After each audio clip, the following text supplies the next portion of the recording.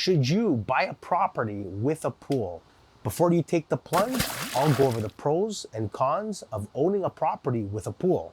And for those that are new here and those that already know me, my name is Charles Rocco, a real estate broker right here in Toronto and the GTA. And make sure you stick around to the end because I'm gonna give you my advice on if it's worth it having a pool. And pro tip, I own a pool, so I'll give you real world advice.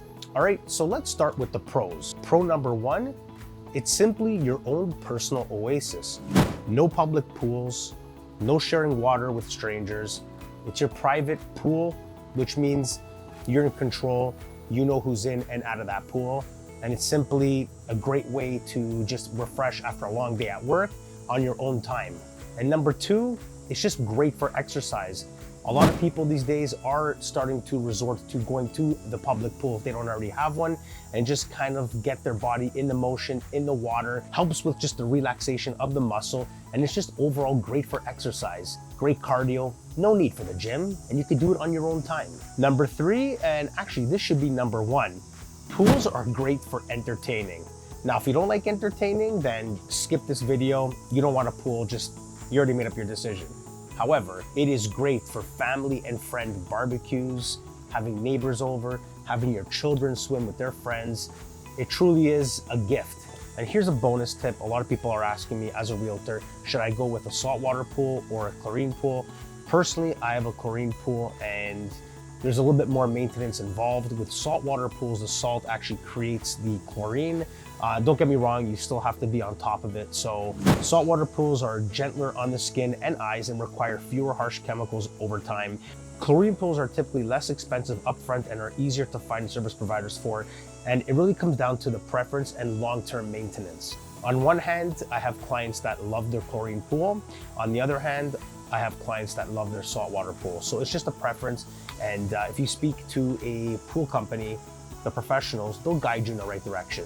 All right, here we go. And here are the cons to owning a home with a pool. Number one, the maintenance is nonstop. And boy, let me tell you, that phrase is 100% true. You're constantly cleaning the pool, you're skimming the leaves, vacuuming, making sure the chemicals are balanced, because even if one day goes by and the chemicals are unbalanced, or if there's a heavy rainfall, the next morning you're gonna be out there and you're gonna be scratching your head and saying, what do I do? And you know, if you have to call in a professional, they're gonna charge you for their time. So my advice is you gotta learn. So even if you pay and bring in a professional, the best course of action is always learn, take videos, take notes, because the less you bring them here, the better it is on your wallet. And here's a pro tip, invest in a pool robot. Believe me, it helps. You don't have to take out that hose and it's always tangled, and you know you're vacuuming to the filter and you have to backwash and rinse. For those that own a pool, you know what I'm saying. Just invest in a pool robot, cordless. It'll do the job, it'll pick up all the debris and you just gotta rinse the filter and voila, that's it.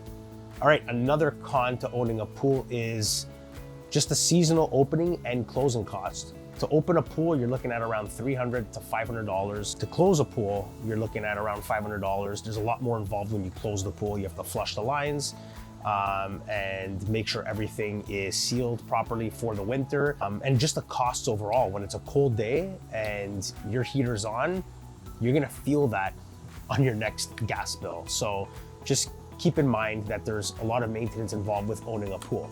And it's not really a con, but it's just a safety protocol. Some insurers may charge you more on the fact that you do have a pool because there is some safety concerns that you have to have in place, like fully fenced yard, especially if you have kids and pets in the area. You wanna make sure your gates are locked, and safety is paramount here, folks. All right, now here's the part where I'm gonna give you my personal take on owning a pool. Would I own a home with a pool, or would I put a pool in?